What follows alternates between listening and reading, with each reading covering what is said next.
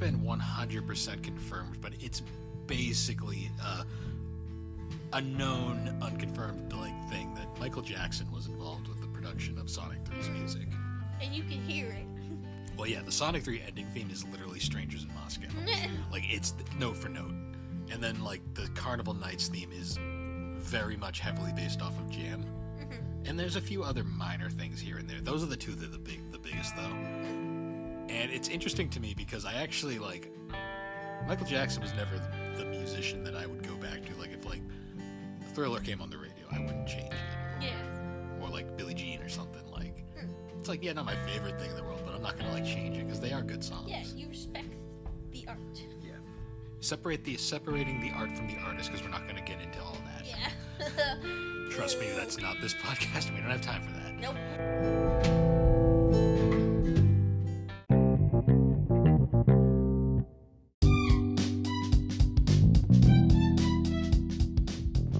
Hey guys, I'm Bill, a one-time Instagram blogger and now a podcaster. And I'm Alex, the chaotic neutral. And together we are the Gaming and Collecting Podcast. A brother-sister duo. That talks about gaming. And also anime. And don't forget the collecting. Sometimes. Ah, forget it. We're just a nostalgia podcast at this point. But anyways, guys, thanks for joining us as we discuss the games that shaped us. So, how you been? I've been good. I feel under pressure. So, it's been a couple weeks since we last recorded, other than we had a guest on a few days ago. But aside from that, it's been a hell of a couple of weeks. Work's been insane. Yeah. Weather's been confusing because it's New England. But I think it's finally settling out, though. Fingers crossed. Fingers crossed. It's still in the danger zone, though, where it could just snow tomorrow for no reason. Hey, we're not going to say those words. I don't want that to happen. Yeah, because you're trying to golf. I know. I keep trying to golf. Well, my mom and I thought it would be fun since, I work in a golf-related company. That I should learn how. It would be fun to learn how to golf and do fun golfing things. And every time we've tried, we've had to cancel the lesson because of snow or rain, and so it's rescheduled to next weekend. And I hope that we'll finally be able to go golfing because we're excited. Because once we know the basics, then we can kind of just go on our own and do it. But we just don't know anything. So, but it'll happen. Tilly went to the groomer today. Yeah, she was a ham the entire way. Oh yeah, it's so funny. She'll just start crying when she knows I'm not paying attention to get my attention again, and then I'll pet her and she'll be fine. But she'll just she hams it up the whole way. Just Miss Melodramatic over there. And then on the way home, she's fine, because she knows she's going home. But on the way there, I guess she's in the air of is it the vet or is it the groomer? And yeah. It's the groomer, though she is probably going to have a vet appointment soon, but she's blocking me out. She's cleaning her ear, even though she just was groomed. Yeah. Because cats. Other than that, it's been hell of a time. Super tired. We're currently still in the middle of our Ghibli film marathon. Yeah. More on that later, because we're not going to spoil, but it's been fun, though. Yeah. So, because I realized I only seen, a few of them, really. I've only seen one, so this has been... Tilly's got her ear inside out. Aw, baby. It's so goofy looking. Yep. I'm waiting for it to just go pop, bump, nope. Oh, there we go. There it is. And now she's cleaning the other leg. It's just funny how she sits. Because she has the white pattern on her belly. It just looks like she has a gullet. Yep. Excuse me. Don't die. But yeah, other than that, we went to Cracker Barrel this morning. Cracker Barrel. I got another maple syrup from my desk at work. I think I have 10 bottles now. Yeah. Other than that, though, it's been a lot of crazy stuff. We talked earlier, the 3DS store closed officially, which is sad. Oh, yeah. I didn't really care.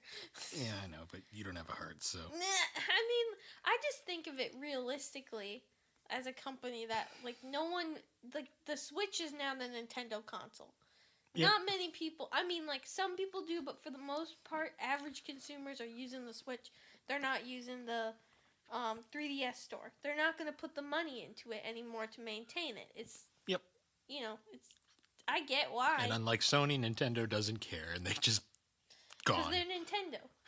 They do what they want. Yep. They don't care what you want. Feel bad if you're a Ace Attorney fan, though, because, yeah, good luck playing 5 and 6 now. I think the Mario movie is coming out soon. It is. Looking forward to that. It's definitely going to be... So, fun fact, both Mario movies, I'm convinced, are going to be 100% carried by their actor playing Bowser. Yes. But, yeah. Other than that, though, nothing too crazy. I got a few collecting updates. Wow. So you collect? No, I just waste my money on crap. Shit. Yeah. Are you calling me out, or are you calling yourself out? Both. Okay. Yes. That's rude. But yeah, so I went to GameStop recently. So I've been trying to collect a couple series. I just recently finished off the Senran Kagura games, which are extremely fan servicey, like beat 'em up fighters or hack and slash games. But they're really fun, so I don't care.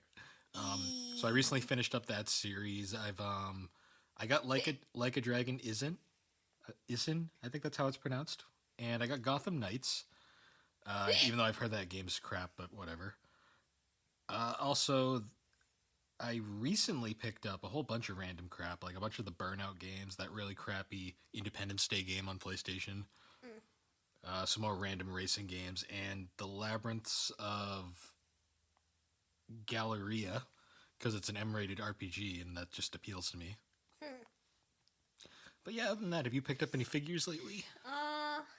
Actually, have I? Yeah, so I think I don't remember the last time I talked about figures on the podcast, but I did pick up 3 new ones. I got the Gammas from Dragon Ball Super, which I was really excited about. And then I also got Katakuri from One Piece, from the Charlotte family, which I'd been wanting a figure of him for a while. So, yeah, got some good options. Only thing is that I don't, his stand, I don't know how it works, and he just kind of sits there. It's not very stable, but he sits there. But, yeah, got some good little figures. I have, how many was it now? A lot. Yeah, it was in the 60s, right? Which the is One Piece figures alone are a lot. Or half, yeah.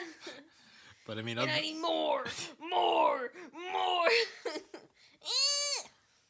But yeah, other than that, you been watching anything new recently other than Dance Moms? Because you love that garbage. I love that trash. I've still been catching up with Shaman King. I need to finish catching up with the dub of My Hero and Demon School Aruma season 3. For a second, I thought you were gonna say you had to finish catching up with the Duggars, and I was like, oh my god, no, that's a blast. I don't watch the Duggars. No, thank you. I was like, that's a blast from the past of in that family. Anyway, no, yeah, I need to.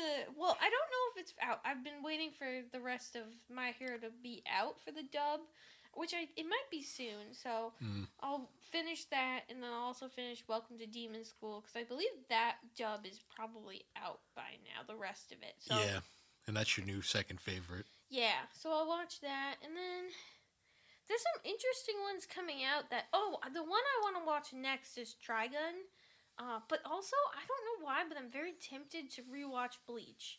I don't know why I hate myself, but I do. But I'm going to do a filler guide where you skip all the filler, including just the whole-on arcs that are filler. Because why? Yeah. And I've been watching, I just started Don't Toy With Me, Miss Narigato, which is a very triggering show if you're not into very dominant female characters, so and very submissive male characters. Aww. Tillard's down. She's in a sunbeam. Yep. I opened up all the blinds and the curtains so that Tillard could bask in the sunlight. Yeah. And it's just nice to have natural light coming in. Yay. What are you drinking? The remains of a cold brew black coffee. And I am drinking a Sprite. Because what else do I drink that isn't alcohol during this show? Yes. Right. Yeah, so other than that, the only other thing I'm really looking forward to is the Kaguya-sama film, which finally got put on Crunchyroll, but still no dub, so we're still waiting for that. And I can't wait for the Black Clover movie. I want to just get more info on it. Is it getting a dub, and who are the dub if characters? it's not if it gets a dub and it's not the original dub cast, I know people are gonna rage. I don't know what they're gonna do, but I just kind of want an answer if it's happening or not. I don't know. It's got the red N of death on it though, so that's a sign of scariness. Oh no. Well, I'm just gonna hope for the best. That's all I can do. Yeah. But anyways, so on to our topic for this episode. Do you like Sonic, Alex? Who's Sonic? I heard Sonic here. Yeah. Hey, it's funny how you should say that. So yes, we everyone knows Sonic. He's the most loved or hated video game franchise of all time. I mean, deservingly so, though. Yeah, but some of the people, I'm pretty sure the majority of the people that hate on him have never played a single one of his games before. True. So. But it's definitely the games are either good or garbage. Yeah. Yeah. But there's one thing that unites all Sonic games, and that's having phenomenal soundtracks. Except for Chronicles. Yeah. Fuck Chronicles. We don't need to talk about that one. I think we need a Sonic Chronicles podcast. What? No, we could do a whole podcast on how much of a dumpster fire that game is. But that's besides the point. So Sonic music is interesting because it's literally the one thing that like ties every Sonic game together as being the highlight usually. Because for whatever reason, the Sonic team just puts out phenomenal soundtracks for every one of these games. And from the 8-bit era to the current era. 16-bit technically. 16, alright. There was 8-bit Sonic games, but that's besides the point. But one thing about Sonic music that is really fascinating to me is how much like celebrity and like some of the most out of nowhere like musical like collaborations came from. And the reason why I want to bring this up is because the Sonic series actually was pretty integral in like shaping my overall music tastes. Yeah.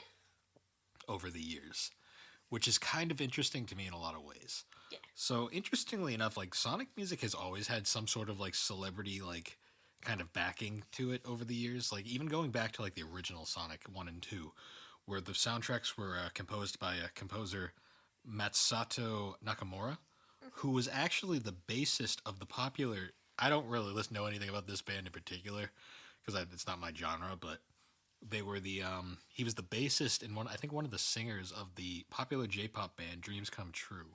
Oh, okay. Like he was a celebrity like in Japan at the time. Nah, I bet they're popular. They've probably done anime themes for all we know. No, maybe. But he was the sole composer for Sonic 1 and 2. The thing is, because how the contract is written, he actually retains the rights to all his music he wrote for those two games. That's why Sega actually has to pay money to use, like, say, Green Hill Zone or like the classic like Sonic like do do do do do do do do do like that theme. Because those are owned by him. Then comes Sonic 3. This is the one that's the most interesting. So Sonic 3, he had moved on by that point, and Sega had switched over to. So it's never been 100% confirmed, but it's basically a known, unconfirmed like thing that Michael Jackson was involved with the production of Sonic 3's music. And you can hear it. Well, yeah, the Sonic 3 ending theme is literally "Strangers in Moscow." Like it's note for note, and then like the Carnival Nights theme is very much heavily based off of Jam. And there's a few other minor things here and there. Those are the two that are the biggest, though. And it's interesting to me because I actually, like... Michael Jackson was never the musician that I would go back to. Like, if, like, Thriller came on the radio, I wouldn't change it. Or like, Billie Jean or something. Like, it's like, yeah, not my favorite thing in the world, but I'm not going to, like, change it because they are good songs. Yeah, you respect the art. Yeah. Separating the art from the artist because we're not going to get into all that. Yeah. Trust me, that's not this podcast, and we don't have time for that. Nope. But yeah, so he was supposedly involved, and I actually like, to be honest, like the Sonic connection actually has made me interested in like listening to like I'll put on Jam every now and then just because it's Carnival Night. Because it's Sonic. Or like Strangers in Moscow, which I find very fascinating. But of course, by the time we got to Sonic and Knuckles, most of his tracks were replaced and like they're completely omitted from the the recent Sonic Origins collection that came out like not too long ago for to the ire of a lot of people. But yeah, that's been the early Sonic days. Even like without vocals, like had some interesting like celebrity tie-ins. But moving on, then we get Sonic CD. So Sonic CD was the first one to actually feature like vocals, and so I don't know who Pastiche is, but they were famous for doing the original American opening theme of Sonic Boom, Nice. which is interesting to me. Although ironically, in Japan they got Japanese artist Keiko Utiko to do "You Can Do Anything," other known as the famous "Toot Toot Sonic Warrior Toot Toot Sonic." Yeah, funny stuff. Other than that, though, we really didn't get a whole lot of things. I mean, other than that, then we had. So there's a lot of like Sonic like early songs like where they picked out like some of the most random artists like Sonic R like was entirely done by a female vocalist T.J. Davis, like Supersonic Racing, Can You Feel the Sunshine, Yep. Living in the City. Yep. The most Europop like unfitting for a racing game soundtrack ever. But But also it's- fitting. No, it's not fitting, but it's just It's So unfitting it fits. in a sense like it's so bizarre to me, but at the same time it's like hell yeah. Heck yeah. So moving on this is where we get to the this is where we get to that's the point in Sonic music where the actual like stuff that I'm kind of like talking about starts. So Sonic Adventure, the first game to be the first game with the sound to be sound directed by Jun Senoue. And Jun Senoue was very well known for his taste in like 80s like hair metal and other artists. So this was the game that gave us a ton of vocal tracks. Yep. Particularly It Doesn't Matter, famous for featuring TNT vocalist Tony Harnell, who was the lead vocalist for a Norwegian hair metal band called TNT. Most famous for the song 10,000 Lovers in One. Yep. And you listen to it now and it's like, this is the most 80s cheese you'll ever hear. Yeah. But to be honest, I kind of dig it. You kind of dig it. Yeah. And I mean, Tony Harnell's got a very awesome voice. He also later sang for other bands like Westworld and Starbreaker. And very briefly, he was the singer of Skid Row, out of all things. We also had Lazy Days, Living in Paradise, featuring Ted Poley, who is the lead singer for the band Danger Danger. Danger, danger. Another 80s hair band, most famous for the song Naughty Naughty and Bang Bang. Seems to be a pattern there. Ironically, those are the only two songs that are like that. Meh. And they're the biggest hits, believe it or not. But we also got some more like unknowns. Like there was like Believe in Myself, the theme of Tails, which was like had a bunch of Believe it. Yeah. Sorry. But the most famous thing we got out of this era was Crush 40. Crush 40. And Crush 40 is interesting because it is a American-Japanese band featuring Jun Senoue on guitar and lead vocalist Johnny Gioeli, who is originally from the band Hardline, who we kind of talked about in the past on our music episode way back in season 1. And he was like that was where the song like Hot Cherry came from, Rhythm from a Red Car. Yeah. All sorts of these The awesome theme songs. song of your Mustang. Yeah. He also is the lead singer of the band Axel Rudi Pell, which is like a German heavy metal band. Why not? They did a really awesome cover of the song Hallelujah. You know. I know what Hallelujah is. Some people don't. Well, they're dumb. Well, but yeah, Uncultured. the song that was most famously like brought to the public interest with this game was Open Your Heart, which was the main theme of Sonic Adventure, and it was also the final boss theme, and it plays pretty much at every moment of that game, and it's famous for its like speed metal guitar riff at the start that just kind of like punches you in the face the second you start the game up, and it's like, damn, Sonic's into the 3D now. Damn. Yes. And moving on, now we get to Sonic Adventure 2. And this is... Yes. Sonic Adventure DOS. DOS. DOS. So returning for Adventure 2 was Crush 40, of course, with their most iconic track, Live and Learn. Yes. We also got Tony Harnell and Ted Poley doing there was a remake of It Doesn't Matter, which Tony Harnell sang, and then the two of them did the famous duo that we all know now as Escape from the City. Yeah. And Escape from the City, I still think is like one of like the most like high energy like Sonic tracks ever. Like to the point where we're like Sonic Adventure when they redid them for that game. I mean, not Sonic Adventure, Sonic Generations, when they actually redid the songs for that game. That game actually lets you change around the songs for per level. You can never change Escape from the City because no other song will work for that level. It's one of those things that just doesn't work. But then we got some more interesting ones, like so one of my favorites is like the theme for Eggman in the game, EGGMAN. Yeah. You know, I am the Eggman. Yep. It's what I am.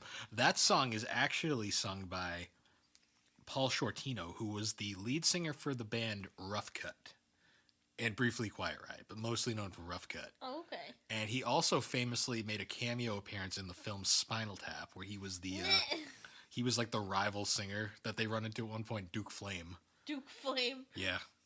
But we'll actually be, interestingly enough, that band Rough Cut that he was in will be making an appearance again later on this list, but with a different member. We also had a whole bunch of other like more unknown singers here, like a lot of pop punk singers, and just generally like unknowns. A lot of interesting stuff though. And going through them, also Sonic Adventure 2 also had all those like rap songs on the Knuckles levels that are so awful but amazing at the same time. So bad, but they're good. Like, I'm in Pumpkin Hill, y'all, or whatever. It's like it's something. I don't chuckle. My name's Snuggles or something like. I don't know. Yeah. they're so cheesy. Like the you just listen to the songs, like they're amazing. All done by rapper Hunted P, who's mostly just known for Knuckles Sonic Adventure 2. raps. Oh man, I love those songs. There was also a bunch of songs by Everett Bradley, who like did like all those like weird like industrial sounding songs for Shadow. Yeah. They were pretty cool. I don't know much. Emo. It was more industrial than I know. anything. I just think of Shadow and I just think of emo. Yeah. Or Chaos. Swiss roll. Yes. Nom nom nom nom. Chaos. Swiss roll. Sonic shorts. Anyone remembers those? If it was just us. No, I think most people do. So another fun one, then we get to Sonic Heroes, and then Sonic Heroes. Sonic. Yeah. Besides having like one of the most like insanely catchy but like stupid theme songs ever, like Sonic Heroes is probably the most goofy Sonic theme. Freaking love the Sonic Heroes. What goes up must come down. Yeah, my feet don't touch. Is that Crush 40? Yeah. Yeah. Only Johnny Gioeli could pull off like that badass of a vocal performance for that song. We also had We Can, the theme for Team Sonic, which featured Ted Poley and Tony Harnell once again. And then this was my favorite. So then Team Dark's theme, which was This Machine, by the American alternative rock, electronic, industrial band Julian K.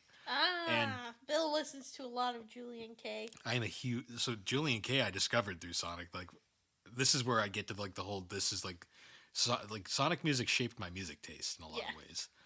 And because I mean, I love hair metal and stuff because of Sonic games. But Julian K in particular. So fun thing about Julian K, not the singer. The singer is Ryan Shuck, who is actually a guitar player from the band Orgy, which was in an alternative metal, new metal. Like they consider themselves death pop. Mostly famous for the song. They did a cover of Blue Monday, like an industrial metal cover of Blue Monday, along with their other fame. They had a bunch of songs like I'd have to look them up now. They weren't huge, but they were decently popular for the time. But both the two guitar players from Orgy later left to form Julian K. That was Ryan Shook and Amir Durak. And Amir Durak, actually, believe it or not, was actually also a guitar player in Rough Cut, Oh. which is really funny in like a hindsight kind of Yeah. way. Yeah, I love Julian K. Though I still listen to them on a daily basis. There was also a few other things, like a lot of pop punk bands again, but mostly Crush 40 doing Sonic Heroes and What I'm Made Of, Yeah. so the final boss theme.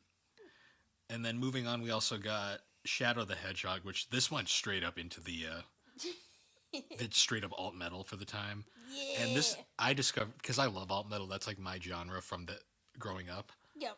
Got a ton of stuff. So we got I Am All of Me, the main theme by Crush 40, which is like Crush 40 doing freaking new metal, alt metal. Yes. Almost Dead by Powerman 5000. And Powerman 5000.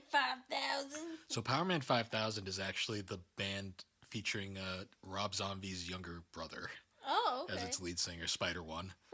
That's not his actual. I don't know what his actual name is, but they did a ton of stuff. Like their album, they had a whole bunch of albums. Their probably biggest tour, like When Stars Collide, like When Worlds Collide, or When the Stars Revolt. But it has the song When Worlds Collide on it, which is really awesome. And then they did an album called Transform, which I really enjoyed. But they did the song Almost Dead, where it's like, I'm almost dead, almost dead. Yeah. That's kind of how he sings. Like, but Julian Cage also returned. They did another song called We Waking should Up. just rename this podcast Bill Sings Sonic Songs Podcast. Bill Sonic covers the podcast. There was also the band Mona Lisa Overdrive, although they refer to themselves as A2 in the game. I guess they didn't want to use their actual band name. They did a song called Chosen One, which is pretty good. Very unfitting for a Sonic game, but I enjoyed it. And then Magnify, who did the song All Hail Shadow, the original version. Now, fun fact about Magnify, they actually were supposed to do the original theme for this game called Who I Am. But from what the story goes is, when you make a song for a Sonic game, because they don't want to have issues like they did with the original composer, Yeah. if you make a song for a Sonic game, Sega owns it. Yeah. And Who I Am, or What I Am, that song was like so really that song's arguably one of Magnify's best songs. And they didn't want to lose that because that was going to be on their next album. Yeah. So they instead made All Hail Shadow as a trade-off. And All Hail Shadow is a good song, but that because of that, Crush 40 then had to do the main theme as well, which we got a good song out of it as well. But it's kind of funny because you can actually find sync-up trailers where people take the opening cutscene for Shadow and they put they put the Magnify song over it that was originally supposed to go in. It fits so well. And it fits. Like, it's like, holy shit. That's funny. And then we also got another Crush 40 song, Never Turn Back, which I think is one of their best songs. Yep. Because it has that awesome, like, piano intro. Honestly, like, Shadow the Hedgehog's a pretty mediocre game overall. But it's got a good soundtrack. It does. And honestly, the only way you get to hear Never Turn Back is it's the final boss. No, it's not even the final boss theme. It's the ending credits theme. Mm-hmm. And it's so good that you have to finish that game just to hear it. Like, the ending credits theme for, like, the good ending. So you have to get all the you have to play the whole game. Yeah. You have to get, like, all, like, 10 endings to get to the final. So probably no one's heard this song then. Well, no, everyone's heard it because they just looked it up on YouTube. Oh, okay. Or it's on Spotify now. But yeah, back in the day, you had to work for it. And my God, Shadow the Hedgehog is such a slog of a game to play. Okay, so then moving on, Sonic Riders had a couple songs by the band Rumble. That was the skateboarding game, the hoverboard racing, yeah. Hoverboard with the bird people? Yes. The bird people. Did they ever come back? Yeah, in all the Sonic Riders games. Well, yeah, but other than that. I think they were in a party game at one point. Ugh. Oh, yeah, they were in Sonic and the Black Knight. They were? Yeah, because there was party game mini games in that game. Ew. But besides the point. Yes, that had a couple songs by the band Rumblebee. Never heard of them otherwise. The only song I know from them is Catch Me If You Can. Yep. But yeah, moving on now, we get the main theme for Sonic 06. Sonic 06, what a dumpster fire. Yes, it really was. And you know what's fun about Sonic 06? The soundtrack is better than it. Oh, yeah. No, this has a banger soundtrack. It does, like the best soundtrack possible. And so this game has probably one of like the best Sonic main themes of all time. His World. Yeah. Like the dun dun dun dun dun, dun yeah, you know. Yeah. So there's two versions of His World. There's the Zebrahead version, which is Zebrahead is like a rap punk rock band. Yeah. Their version's really awesome, but then we also get the Crush 40 version, which is also equally awesome, but it's more of a metal song and more epic sounding, not so much a fast-paced like speed. You can appreciate both of them. Oh yeah, they're both great. Also, Akon was in this game. Why not? I don't care about his songs though. Bill, this game also had Dreams of an Absolution. Yeah.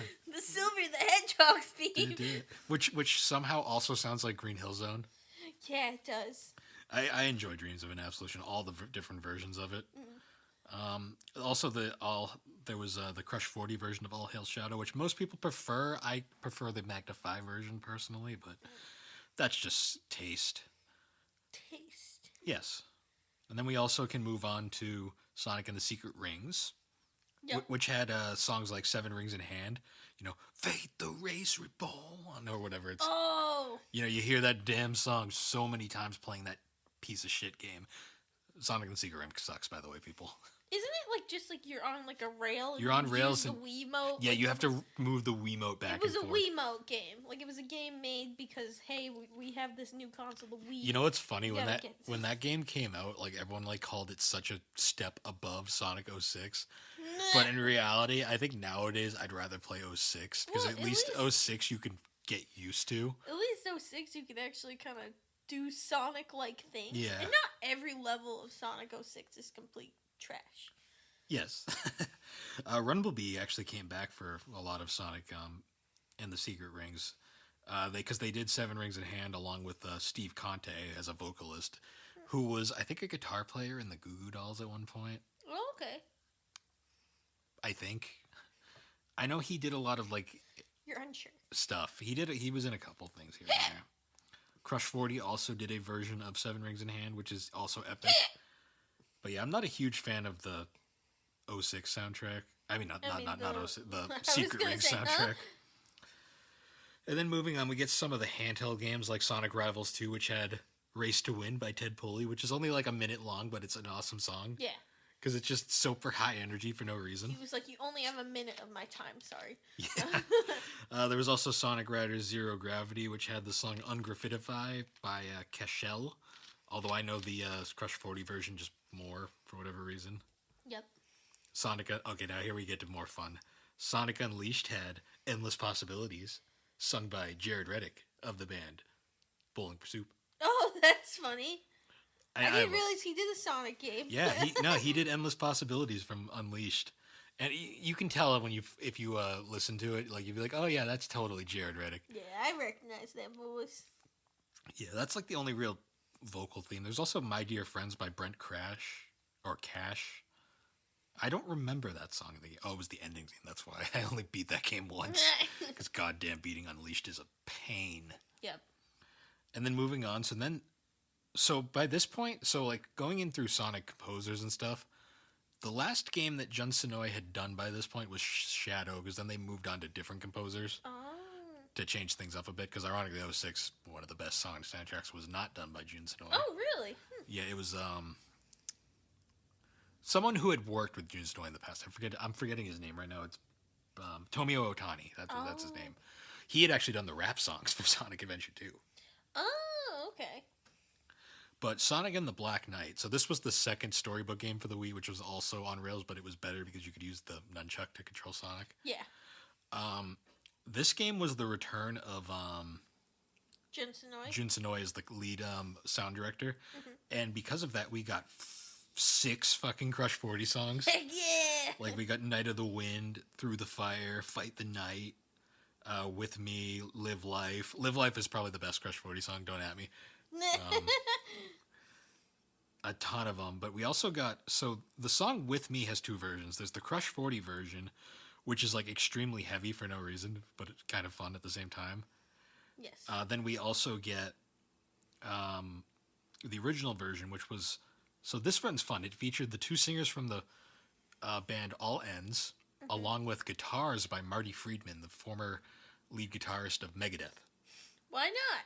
Well, he lives in Japan now and he does J-pop. Oh. Like he did the Sailor Moon Crystal theme. Oh yeah. I remember you telling me that.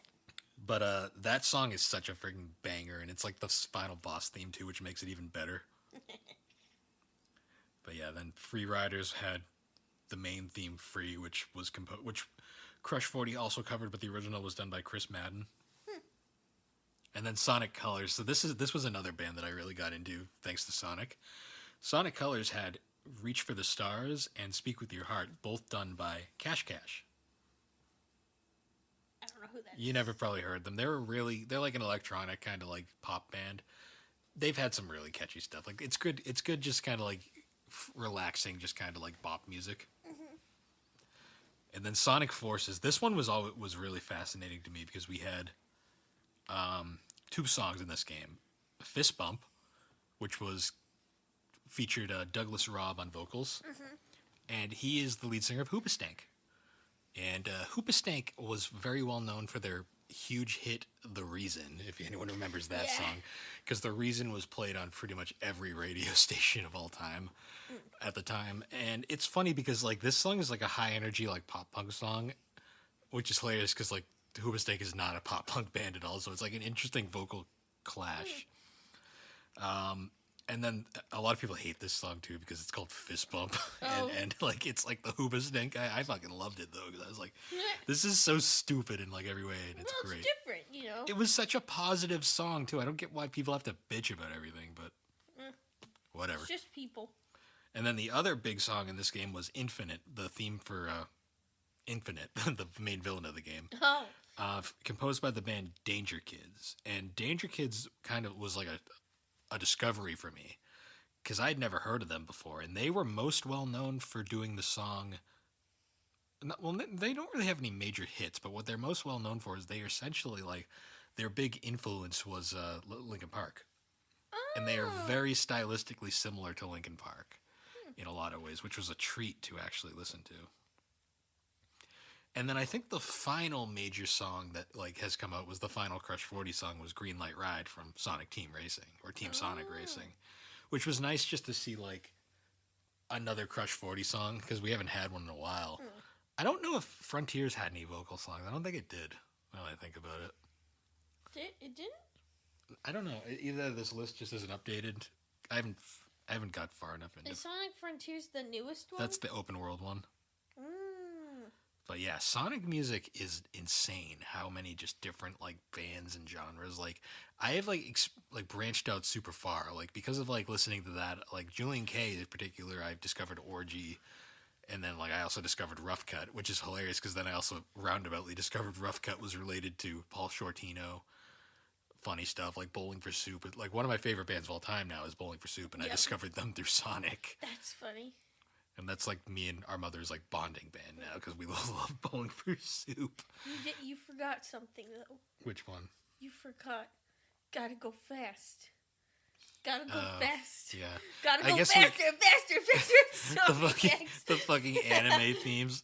I don't know. My favorite personally was the theme song for SatAM. You know, Sonic, he can really move. Sonic, he's got an attitude. God, those themes were so cringy but awesome. And then didn't the Sonic with his brother and sister Sonic Underground? They sing a new song every game. I feel like those helped kind of shape the music of the games too, as well. Like maybe in a sense, though. God, the songs from Underground are so cheesy. But Sonic is so cheesy. Yeah, everything about Sonic is cheesy. It's funny though, like how like the music is just the one thing that has kept Sonic games like united over the years. Because like going through them, like every Sonic game to me has an iconic soundtrack, and they're so diverse. Like the Sonic Colors soundtrack, it's got such a tone to it. Unleashed in 06 have their very high production, like just amazing sounds. Forces, Lost World, like all sorts of stuff. The classic, like the butt rock era of Sonic with like all the basically all the Jinsenoi stuff with all the hair metal bands. Well, I definitely feel like too, like that. It kind of added to like the whole Sonic is edgy, Sonic is different. You know, The he's cool factor. guy. You know, it really did add to that because I mean, like you never hear like this type of music in a Mario game No. or like any other game. Like, Ironically, like the first Mario game that really had a like a bopping song to it was it's the newest one. So Mario Odyssey. Mario yeah. Odyssey. How did I forget with, Odyssey? With the one The city song, Yeah. like the freaking bop. Like, yeah, but even then, that is a completely different world from yeah. the Sonic soundtracks. Well, it's just funny to me because like Sonic, you love him or you hate him, or you're just a long running fan who puts up with his shit. Yeah, You know, Bill.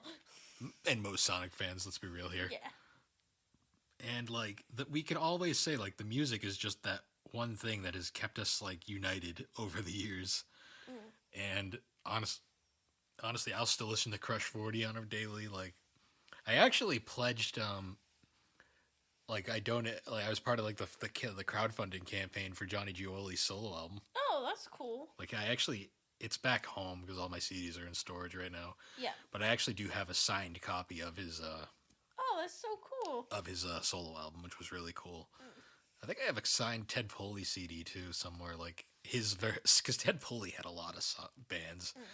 My notable one is I have a signed copy of Bone Machine, which was like one of his more obscure bands.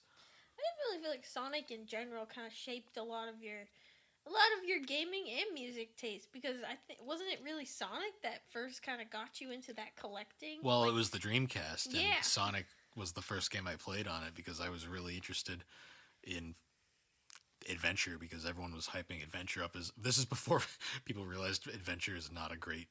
I mean, it's a good game, but it's not an amazing game. It's very dated by today's standards, and yeah, it's funny though. It's kind of like that, like the Dreamcast. I discovered the Dreamcast because of Sonic Adventure and Classic Gamer to a degree. I got a Genesis because I wanted to play the classics. Like, yeah. I got a Saturn because I love Sega stuff. Yeah. It just went from there, like how I literally. It's not so much. This episode is originally how the Sonic's music shaped my music taste, but also it's just Sonic the Hedgehog shaped my video game taste in a lot of ways as well. Yeah. It was that and RPGs, like those two, like really what got me into it. Yeah. And like I still remember watching Sonic Let's Plays back in the day, like Yeah. back before I realized I hated fucking YouTubers. Oh but God. not all of them. No. I'm being sarcastic there, but Just a good majority. No. I hate what YouTube's become. That's what Yeah. I'll say. No, agreed. But yeah, it's funny. Crush 40 still rocks though. Like I'll listen to Crush 40 on a daily basis. No, and it's funny looking back because like you do listen and you're like, wow, like these really were such bops. And I just don't think any other game has compared to having like a phenomenal soundtrack each and every game. Oh yeah. Like I don't think there is ever like there may have been a shitty Sonic game, but hey, that music it made you want to keep playing, Like, you know? Even thinking about it, like when I think of like bad Sonic soundtracks, like the only ones that come to mind are obviously, I mean, some of the 8-bit ones are forgettable. Not all of them. Like Yuzo Koshiro did a couple of Sonic's sound like 8-bit soundtracks, which is immediate awesomeness. But like thinking about like going back, like the only really bad soundtracks I can think of are obviously Chronicles, but that game Chronicles is just a Not good game. it's confusing how bad that game is. Like it doesn't make sense. Like it was created by BioWare. Granted, it was BioWare C Team, but it was like it had like everything going for it that should have been good, and it just was mediocre. Didn't happen. I'll say the Boom games have very forgettable soundtracks, but I mean most of Boom is pretty forgettable. Yeah. Like a whole bunch of stuff like that. Wait, did the Sonic Boom song come No, from it's it? not. No, Yeah, it's not in that one, right? Sonic Boom came from Sonic CD. Oh, when I was thinking Sonic Boom, I wasn't thinking of like the Sonic Boom. I don't even think there's any good. Is there songs in it? Like with It's lyrics? all just instrumental. Yeah, it was all Honestly, Sonic Boom's kind of the red-headed stepchild of Sonic. Yeah. Well, like it's not a normal Sonic game. The console game definitely isn't. The handheld ones, Shattered Crystals, it has problems, but it's a decent game. Yeah. Fire and Ice is actually a pretty good game. Oh, okay. Like so the biggest problem with Shattered Crystal was the levels were too big because they tried making it a Metroidvania for some reason. Mm-hmm. The Fire and Ice, even though no one played it because it was Sonic Boom, actually has pretty short and like fun speedrunning levels. So take that for what you will. But yeah, so thinking back on it, like it's just funny to me, like this franchise is weird. It's like the cockroach of video games. It will never die. It will never die. And it kind of stays around, and like not everyone has to like Sonic, but a lot of people have to at least respect what it did for video gaming. Yeah. But yeah, so I guess and a short one for this time, guys. But I guess to wrap this up, thanks again for listening, everybody. You can find the Gaming Collecting Podcast on all your major podcasting platforms, particularly Apple Podcast and Spotify. We are Wait, haven't you seen like tweets about like a new Sonic thing coming? No. I saw like a tweet the other day about like a new Sonic is coming. So maybe there's a new Sonic game in the future. And maybe it'll have a killer soundtrack with Crush 40 and Jun Sonoy and all the hair metal you can find. Maybe. But anyways, yeah, so follow us all major podcasting platforms. We're made on Spotify for podcasters. Not Anchor. Yeah, Anchor's dead. Damn! I mean, it is. Also, you can follow us on Instagram, Twitter. All our links are at linktree/TheByRoo Games. And you can join our public Discord server where you can watch Alex post curse shit. Yeah, I posted a cat fridge today. Yes, it was great. Go find it. And we can talk about games, anime, and look at GIFs. And cheesecake. Made of cheese. Yes. Not what you think. But anyways, once again, guys, thank you for listening, and we will see you all next time. Cheese bag.